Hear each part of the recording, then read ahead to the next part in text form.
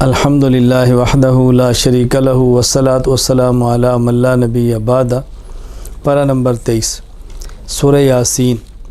اس صورت کو شروع ہی یاسین کسی ہے، یاسین والقرآن الحکیم، حروف مقطعات میں سے ہے۔ مقطعاتن کی جمع ہے، مقطعاتن قطع سے ہے کاٹنا، کیونکہ یا کو الگ سین کو الگ، یاسین کاٹ کے پڑھا جاتا ہے، اس لیے انہیں حروف مقطعات کہتے ہیں۔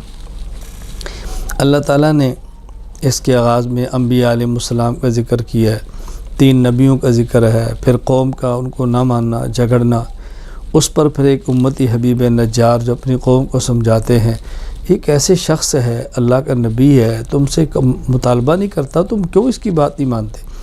قوم نے ان کی نصیحت پر عمل کرنے کے بجائے ان کو مار ڈالا۔ خیر، اللہ تعالیٰ نے ان کو جنت عطا فرمائی، ان کی حسرت کا ذکر کیا، کاش اس قوم کو میرے اس مقام کا پتہ چلے جو اللہ تعالیٰ نے مجھے عطا فرمایا ہے۔ تو اس سے معلوم ہوا کہ اہل حق کو نبی کی بات ماننی چاہیے، اور جو پیغمبر کی تائید کرتے ہیں ان کی بات ماننی چاہیے۔ جس طرح آج کے دور میں علماء ہیں، پیغمبر کی بات سمجھاتے ہیں، نبی والے دین کی طرح بلاتے ہیں، تو ان سے ٹکرانا نہیں چاہیے، بلکہ ان کی بات کو ماننا چاہیے۔ اللہ تعالیٰ نے اپنی توحید اور قدرت کے دلائل بیان کیے ہیں۔ سورج کو دیکھو، چاند کو دیکھو، ستارے کو دیکھو، زمین سے نباتات کو نکلنا دیکھو، سب چیزیں اللہ پاک کے کھول کے بیان فرمائیں۔ پھر قیامت کی ہولناکیوں کے بیان فرمایا۔ جب قیامت آئے گی تو اللہ تعالیٰ انسان کی زبان پہ مہر لگا دیں گے، اعضاء بولیں گے، ہاتھ بولے گا، ٹانگیں بولیں گی، پاؤں بولیں گے، بول کر بتائیں گے کہ کون کون سا گناہ ہم کرتے رہے ہیں، اس وقت سے ڈرو۔ پھر اللہ پاک نے متقین اور مجرمین کی حالت کا ذکر کیا ہے۔ متقین کو اللہ یہ نعمتیں عطا فرمائیں گے، جنت دیں گے، اپنے انعامات دیں گے، اور مجرم خدا تعالیٰ کے عذاب کے اندر ہوں گے، پریشانیوں کے اندر ہوں گے۔ مومنین اور مجرمین کو الگ الگ کر دیا جائے گا۔ اللہ تعالیٰ ہمیں نیک لوگوں کی فہرست میں شامل فرمائے۔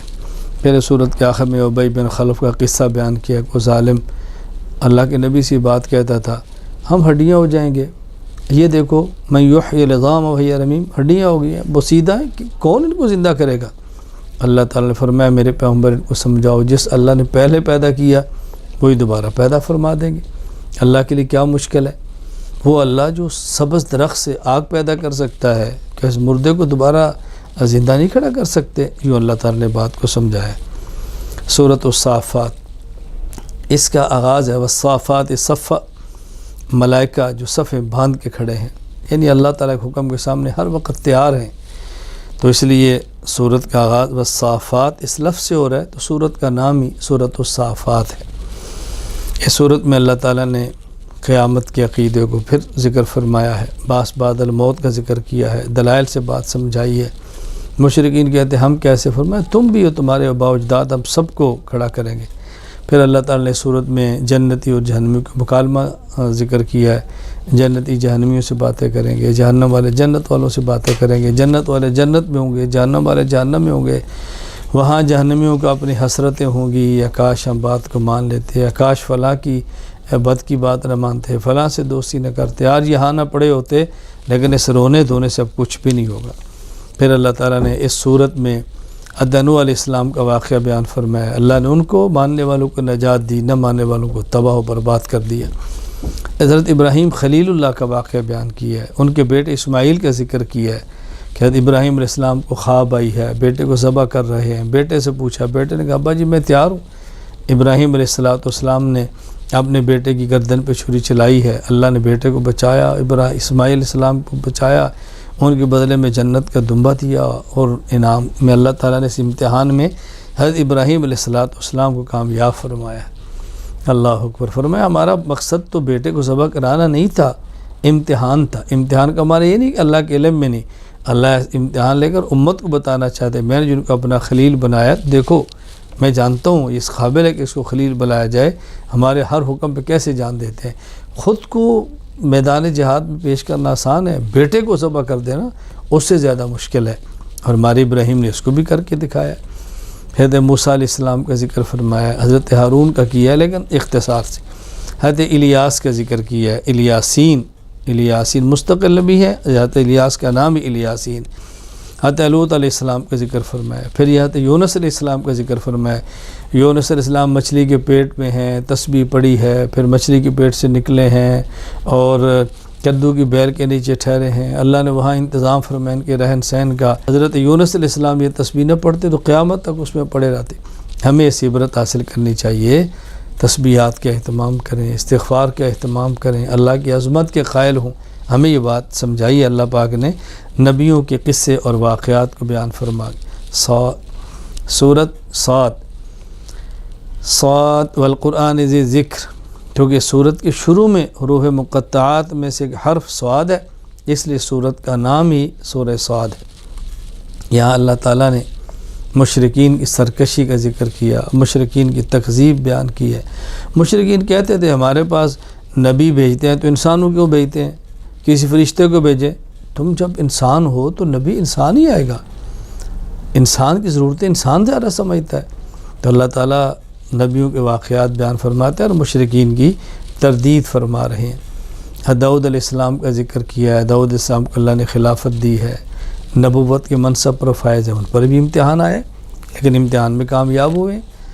نبی پر امتحان اس کی شان کے مطابق ہوتا ہے، امتی کے امتحان اس بیچارے کی حیثیت کے مطابق ہوتے ہیں۔ تو داؤد علیہ السلام کا قصہ بیان فرمایا۔ حضرت سلیمان علیہ السلام کا واقعہ بیان کیا، اپنے گھوڑے ملاحظہ فرما رہے ہیں، اللہ کی نعمت ہے، جہاد کے گھوڑے ہیں، وہ دیکھتے ہوئے شاید نماز کا وقت آگے گزر گیا، سلیمان علیہ السلام نے گھوڑوں کو کاٹ ڈالا کہ میں اللہ کی عبادت میں کسی چیز کو بھی برداشت نہیں کر سکتا۔ پھر اس میں فرمایا کہ سلیمان علیہ السلام نے دعا مانگی، اللہ مجھے ایسی بادشاہت دے میرے بعد کسی کو نہ ملے، اللہ نے دی ہے۔